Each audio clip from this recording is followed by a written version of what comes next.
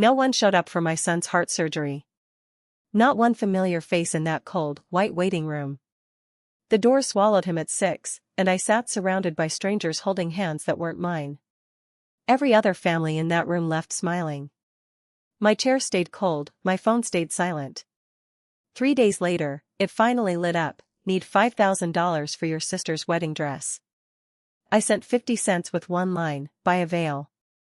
The next morning, the bank called, and that's when everything cracked open. I grew up learning how to disappear quietly. In our house, love ran on a schedule that was never mine.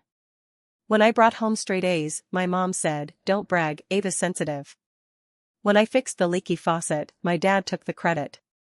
When Ava lost a necklace once, the whole house turned upside down.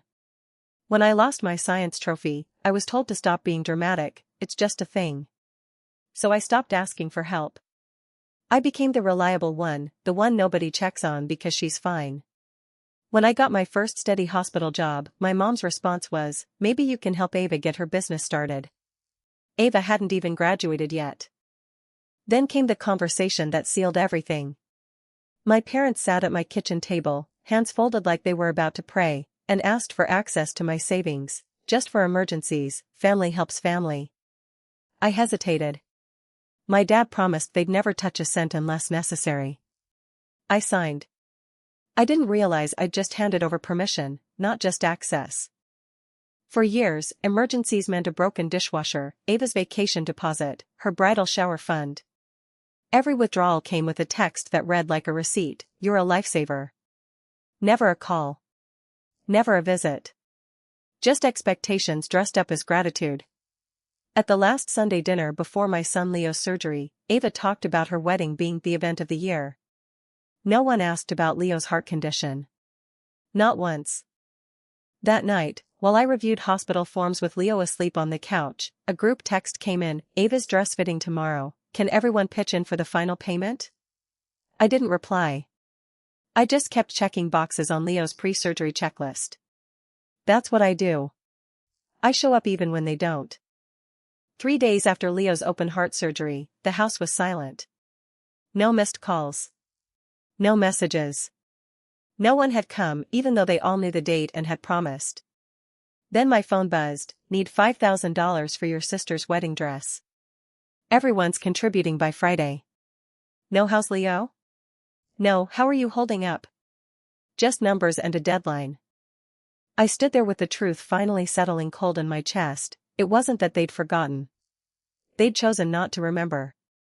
I opened my banking app and scrolled through years of transfers, 200 here, 500 there, 1,000 pieces of myself signed away under the illusion of family duty. This time, I transferred 50 cents. In the note, buy a veil. Then I logged into account management and removed my parents' joint access entirely. Changed the password. Enabled two-step verification. Printed the confirmation and filed it in a folder labeled "Access Removed."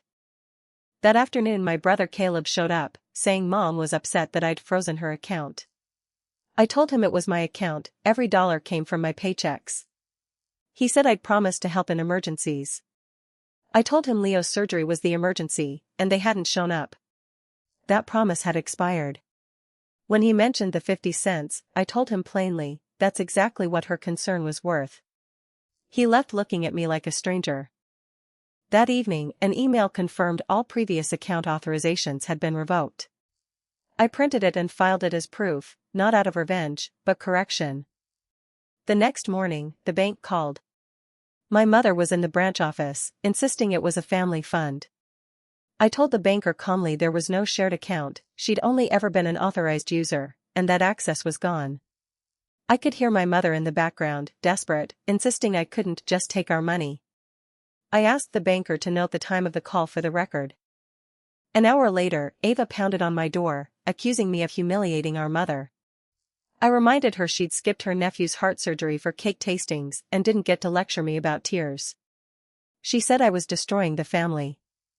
I told her I was just done funding it. By evening, the call stopped completely. An audit confirmation arrived from the bank, all external access permanently closed. I filed it.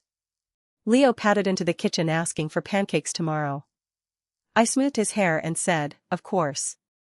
The silence in the house wasn't empty anymore, it was earned. 2 months passed.